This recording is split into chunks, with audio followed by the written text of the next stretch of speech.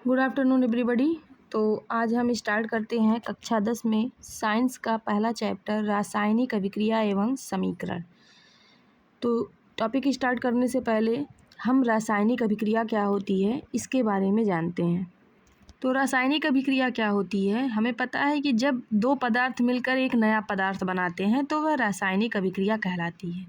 या डिटेल में हम कहना चाहें तो जब कोई पदार्थ अकेले या किसी दूसरे पदार्थ के साथ क्रिया करके एक या एक से अधिक भिन्न गुणधर्म वाले नए पदार्थों का निर्माण करते हैं तो वह रासायनिक अभिक्रिया कहलाती है।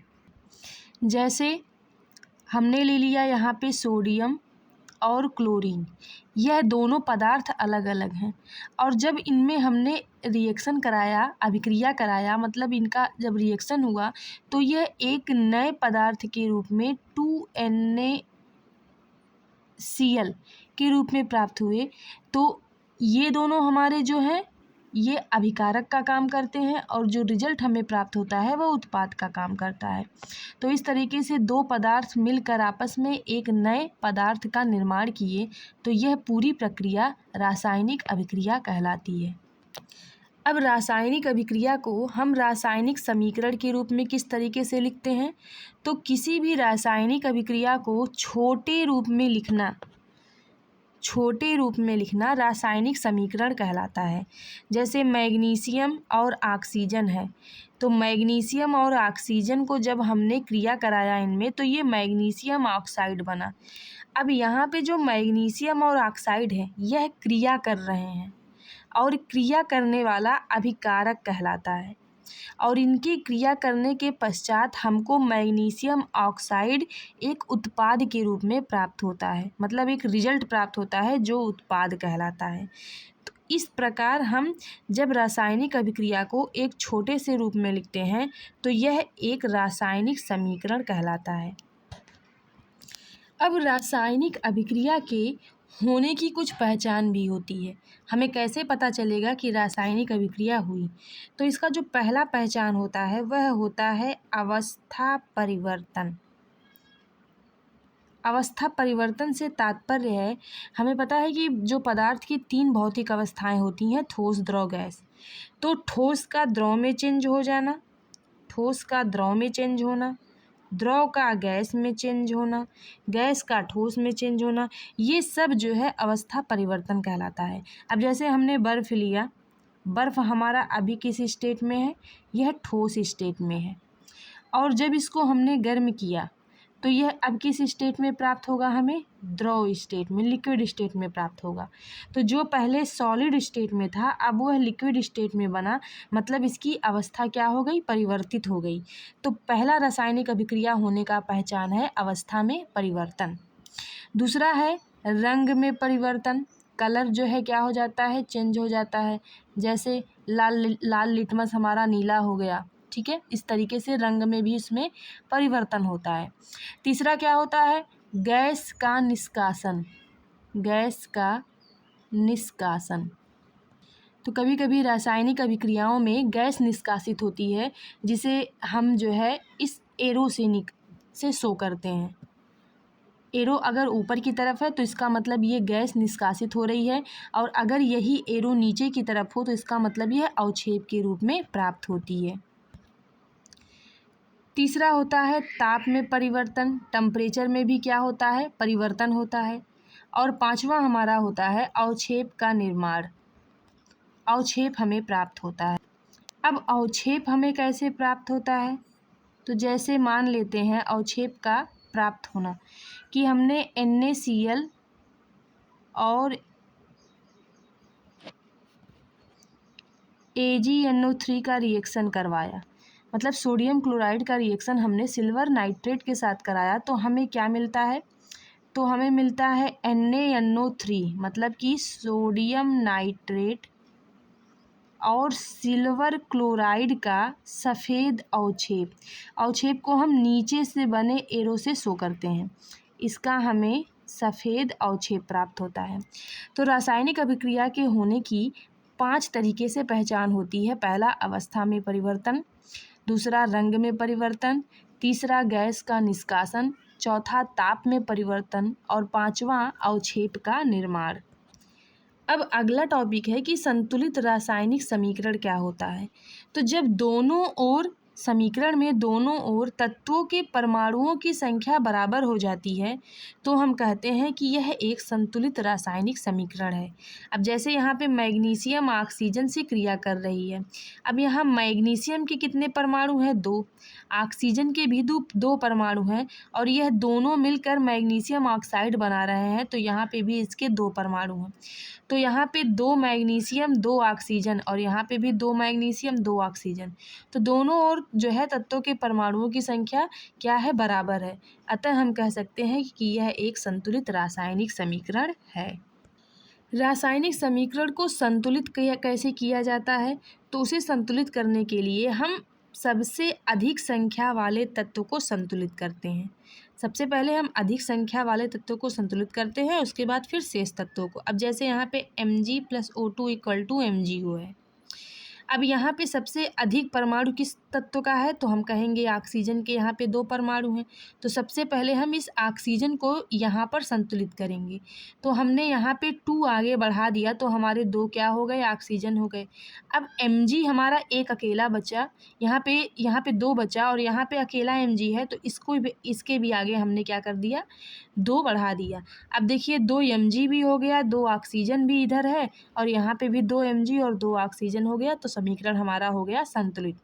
तो संतुलित करने के लिए हम सबसे पहले अधिक संख्या वाले तत्व को संतुलित करते हैं। अब जैसे क्वेश्चन है कि निम्न समीकरण को संतुलित कीजिए, जिसमें पहला है कि CaOH का whole twice plus CO2 = CaCO3 + H2O। तो हम चेक करते हैं कि क्या यह समीकरण संतुलित है। अब यहाँ पे अगर हम देखें तो कैल्शियम का एक परमाणु, यहाँ पर भी कैल्शियम का एक परमाणु है। यहाँ OH जो है 2 ऑक्सीजन यहाँ पे हैं और 2 ऑक्सीजन यहाँ पे, मतलब 2 4 ऑक्सीजन। यहाँ पे कितने हैं? 3 ऑक्सीजन और 1 ऑक्सीजन, कितने हो गए? 4। अब यहाँ पे हाइड्रोजन 2 हैं और यहाँ पे हाइड्रोजन आपके कितने हैं? 2 हैं। यहाँ पे एक कार्बन है और यहाँ पर भी एक कार्बन है। तो जब यहाँ पे सभी परमाणुओं की संख्या बराबर है तो इसका मतलब यह समीकरण क्या है? संतुलित है। इसे हमें संतुलित करने की कोई आवश्यकता ही नहीं है। अब दूसरा क्वेश्चन देखते हैं। यहाँ पे CH4 की क्रिया हम ऑक्सीजन के साथ करा रहे हैं, तो यहाँ पे CO2 + H2O बन रहा है। अब यहाँ पे हम चेक करें कि क्या यह समीकरण संतुलित है। तो यहाँ पे कार्बन 1 है और यहाँ पे भी कार्बन 1 है। यहाँ पे 4 हाइड्रोजन और यहाँ पे केवल 2 हाइड्रोजन, मतलब हाइड्रोजन में कितने की कमी है? 2 की कमी है। यहाँ पे ऑक्सीजन की संख्या 2 है और यहाँ पे ऑक्सीजन कितने हैं? 2 यहाँ और 1 यहाँ, मतलब ऑक्सीजन हमारे हैं 3 परमाणु। अब हमको कार्बन तो करना नहीं है। ऑक्सीजन के 3 परमाणु हैं यहाँ पे और मतलब ऑक्सीजन में कमी कितने की है? तो ऑक्सीजन में हम कह सकते हैं कि यहाँ पे ऑक्सीजन में जो कमी है वो 1 की है। तो सबसे ज़्यादा कमी किस में है? हाइड्रोजन में। तो सबसे पहले हम हाइड्रोजन वाले को संतुलित करेंगे। तो यहाँ पे 4 हाइड्रोजन है, यहाँ पे 2 है, इसका मतलब इधर हमको 2 हाइड्रोजन बढ़ाना पड़ेगा। हमने यहाँ पे 2 हाइड्रोजन कर लिया। अब हाइड्रोजन की संख्या हो गई 2 दूना 4, इधर हो गई 2 दूना 4 और इधर भी 4 हो गए, बैलेंस हो गया। लेकिन ऑक्सीजन यहाँ पे कितना हो गया? देखिए यहाँ 2 ऑक्सीजन हो गया, ये ऑक्सीजन 2 हो गए इधर और 2 ऑक्सीजन यहाँ पे है, 2 कितने हो गए? इधर 4 ऑक्सीजन और यहाँ पे केवल 2 ऑक्सीजन है, इसलिए इधर भी 4 करने के लिए हमने O2 के आगे 2 लिख दिया। अब 2 दूना 4, इधर भी ऑक्सीजन हमारा क्या हो गया? बराबर।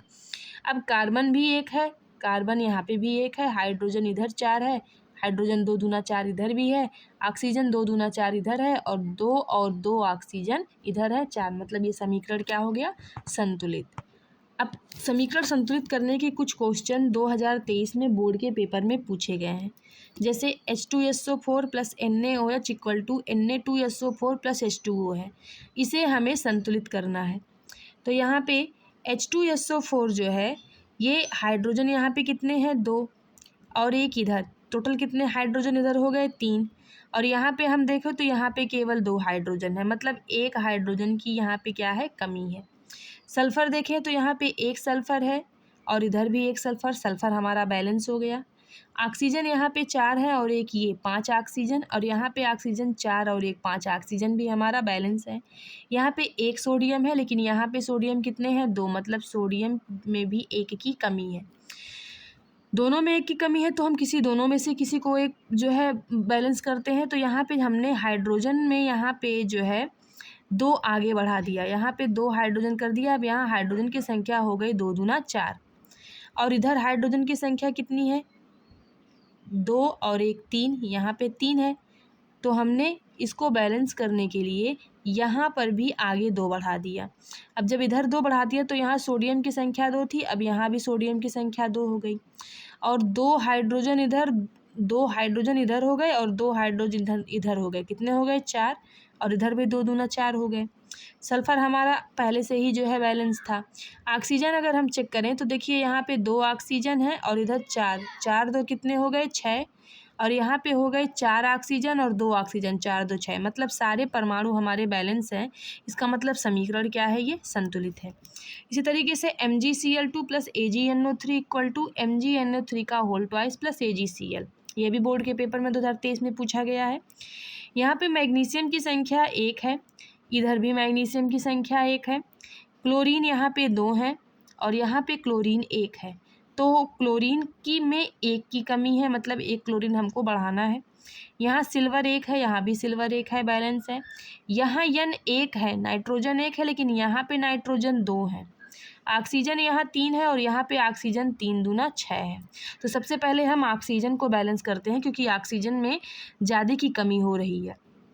तो ऑक्सीजन को बैलेंस करने के लिए हमने क्या किया, इधर 3 दूना 6 ऑक्सीजन, इधर 3 ऑक्सीजन, इधर 3 है, इसको 6 करने के लिए हमने यहाँ पे 2 बढ़ा दिया, 2 से गुणा करा दिया, तो 2 3 हमारे हो गए 6 ऑक्सीजन।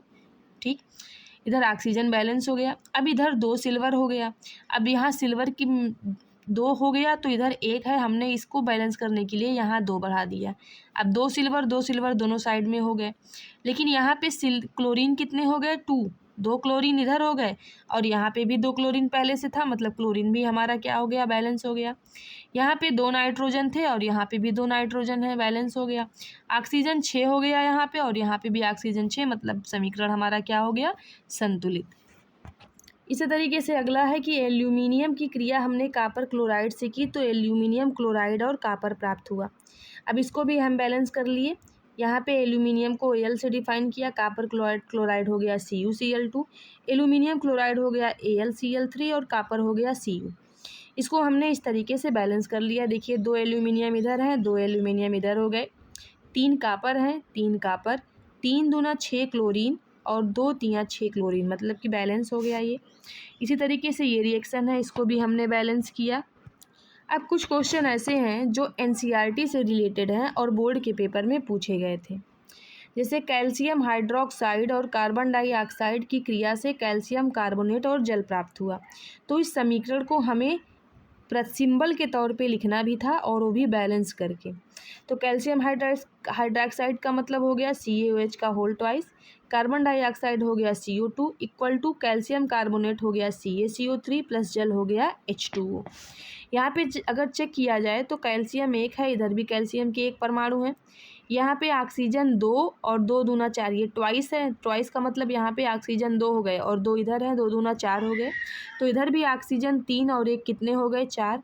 हाइड्रोजन इधर 2 है, इधर भी हाइड्रोजन 2 है, इसका मतलब ये रिएक्शन हमारा बैलेंस है। इसी तरीके से हमारा एक क्वेश्चन है जो 2022 और 24 में पूछा गया है कि zinc plus silver nitrate equal to zinc nitrate plus silver. तो जिंक को हमने Zn लिख दिया, सिल्वर नाइट्रेट का फार्मूला AgNO3 हो गया, जिंक नाइट्रेट हो गया ZnNO3 का होल ट्वाइस और सिल्वर हो गया Ag। तो इसको भी हमने बैलेंस किया, चेक कर सकते हैं। जिंक यहाँ पे 1 है, यहाँ पर भी जिंक 1 है, सिल्वर यहाँ पे 2 है, यहाँ पे भी सिल्वर 2 है, एक नाइट्रोजन है यहाँ पे, 2 नाइट्रोजन है, 2N है, यहाँ पे भी 2 नाइट्रोजन है, और 2 3 6 ऑक्सीजन, 2 3 6 ऑक्सीजन। कभी कभी बोर्ड पेपर में क्वेश्चन कुछ अजीब तरीके से पूछता है, जैसे x और y को बताइए, मतलब प्रोडक्ट हमको फाइंड करना रहता है कि इसमें x की जगह पे क्या प्राप्त होगा और y की जगह पे क्या प्राप्त होगा। तो यहाँ पे क्वेश्चन उसने दे दिया है लेड नाइट्रेट PbNO3 का होल ट्वाइस प्लस 2Ki।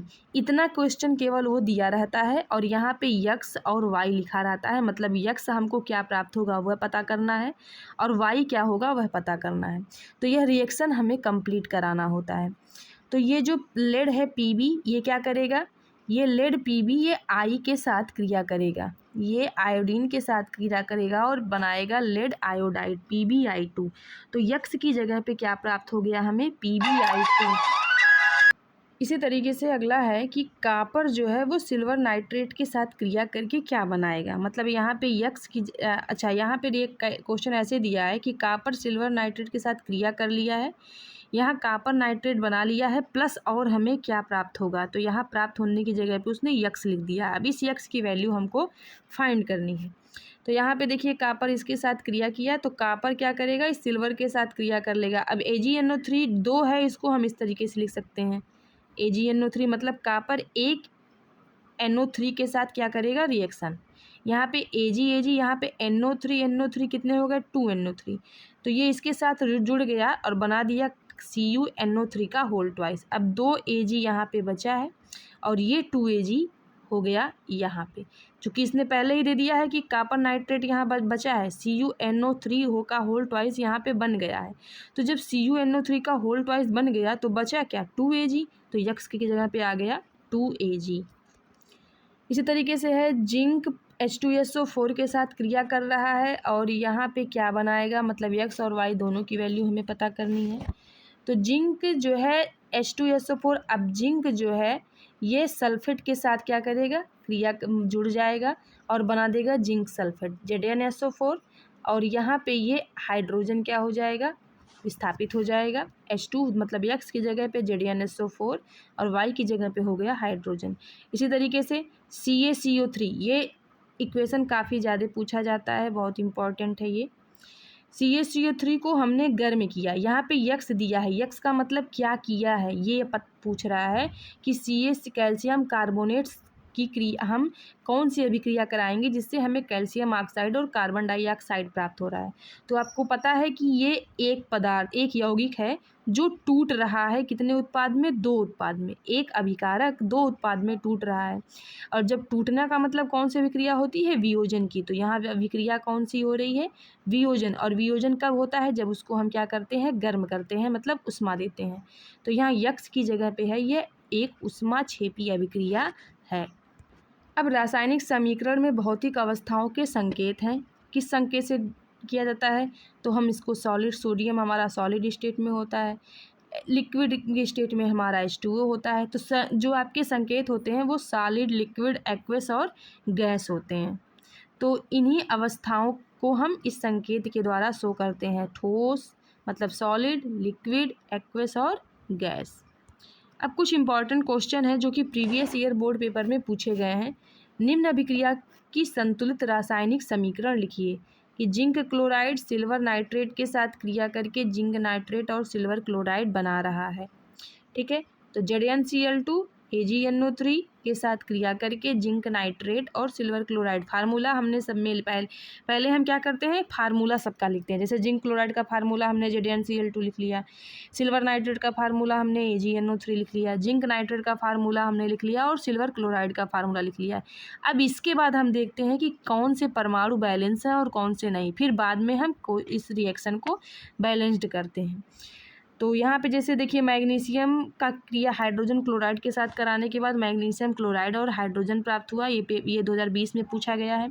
तो मैग्नीशियम का फार्मूला हमने Mg लिख लिया, हाइड्रोजन क्लोराइड का लिख लिया HCl, मैग्नीशियम क्लोराइड का लिख लिया MgCl2 और हाइड्रोजन का रख लिया H2। अब हम देखते हैं इसमें क्या बैलेंस नहीं है। तो यहाँ पे एक Mg है, एक Mg बैलेंस है, एक हाइड्रोजन, अभी हम इस 2 को भूल जाते हैं क्योंकि इसको हमने बैलेंस किया है। यहाँ पे हाइड्रोजन कितना है, 1, और यहाँ पे हाइड्रोजन कितने हैं, 2। तो 2 हाइड्रोजन करने के लिए हमने यहाँ पे आगे क्या कर दिया, 2 बढ़ा दिया। अब 2 हाइड्रोजन इधर भी हो गए, 2 हाइड्रोजन इधर भी, 2 Cl इधर भी हैं और Cl2 यहाँ पे भी 2 है, मतलब ये इक्वेशन क्या हो गया, संतुलित। तो इस तरीके से जो है अभिक्रिया को संतुलित किया जाता है।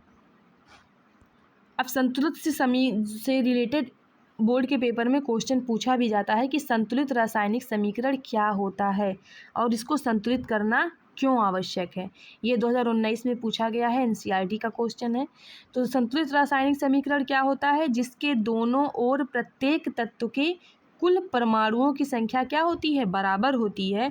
उसे हम संतुलित रासायनिक समीकरण कहते हैं। इसे संतुलित करना आवश्यक क्यों है? क्योंकि रासायनिक अभिक्रिया जो होती है वो द्रव्यमान संरक्षण के नियम की पुष्टि करती है। द्रव्यमान संरक्षण का नियम होता है क्या कि हम जानते हैं कि अभिक्रिया होती है वो एक तरफ अभिकारक होता है और दूसरे तरफ क्या होता है? उत्पाद। तो द्रव्यमान संरक्षण का नियम कहता है कि अभिकारक का कुल द्रव्यमान, अभिकारक का जो कुल द्रव्यमान होता है वह उत्पाद के कुल द्रव्यमान के क्या होना चाहिए? बराबर होना चाहिए। तो इस नियम की पुष्टि करने के लिए जो है समीकरण को हमें संतुलित करना आवश्यक है। अगर एक दो परमाणु और बैलेंस नहीं रहेंगे तो उनके द्रव्यमान बराबर नहीं होंगे और उन्हीं के द्रव्यमान बराबर करने के लिए हमें परमाणुओं को संतुलित करना पड़ता है।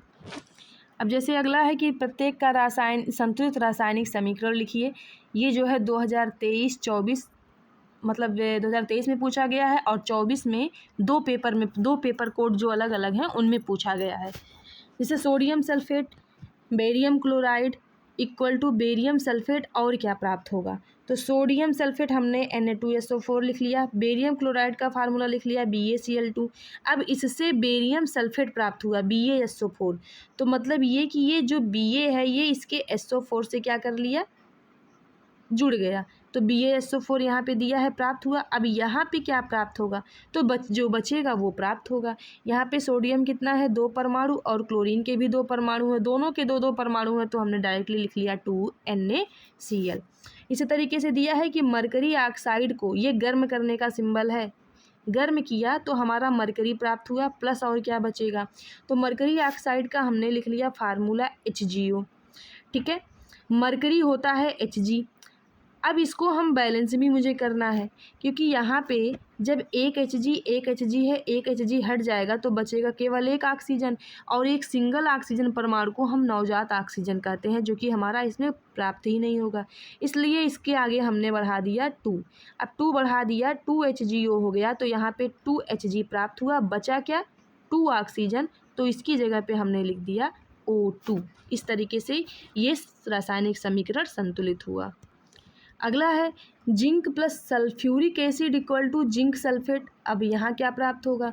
तो जिंक फार्मूला हो गया Zn, सल्फ्यूरिक एसिड हम कहते हैं H2SO4 को, सल्फ्यूरिक अम्ल H2SO4 हो गया।